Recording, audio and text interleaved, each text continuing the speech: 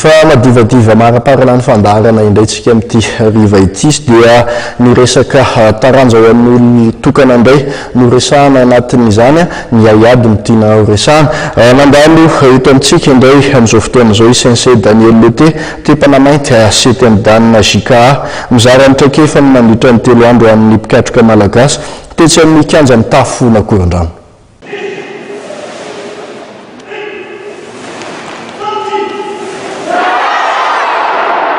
Nanomboka ny taona 2027 no niaraina asa tamin'ny JKA Madagasikara ny zarany traikefany ho an'ny mpikatroka malagasy sensei Daniel Loté tsy temy danina eo amin'ny JKA japonais izany.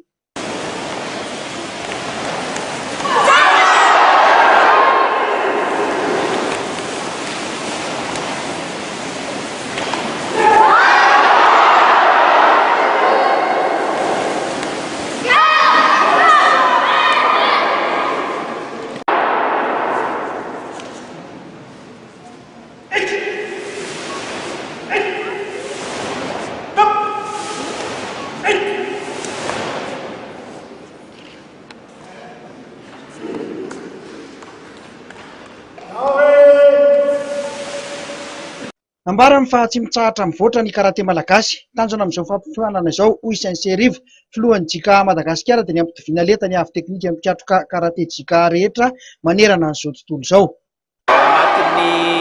Ao anatin'ny programan'ny JKA izao tontolo izao tokony hitovy ny fahaiza-manao an'ny karateka JKA rehetra eran'izao tontolo izao.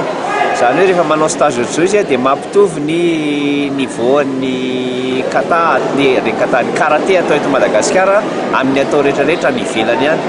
Zany hoe raha hitanareo toy izy nampiseho zavatra hoe ohatr'izao ty zany hoe mampitovy zany izy rehefa tonga ohatr'izao. Mila maharaka ny fivoaran'ny teknika maneran-tany tsika hoy izy natratra teo amin'ny mpikatroka 507 teo nanaraka ity fampifanana nomeny sensei Daniel Loté ity. Mandritra ny fifanana dia nisy ihany koa ny fanadinana isondrotana grady nampanaovin'ity sensei Daniel Loté ity. Fantatra ihany koa fa andray anjara amin'ny fiadiana ny tompon-daka eran-tany eo amin'ny karate JKA isika malagasy amin'ny taona 7 ambin'ny folo sy 2 arivo.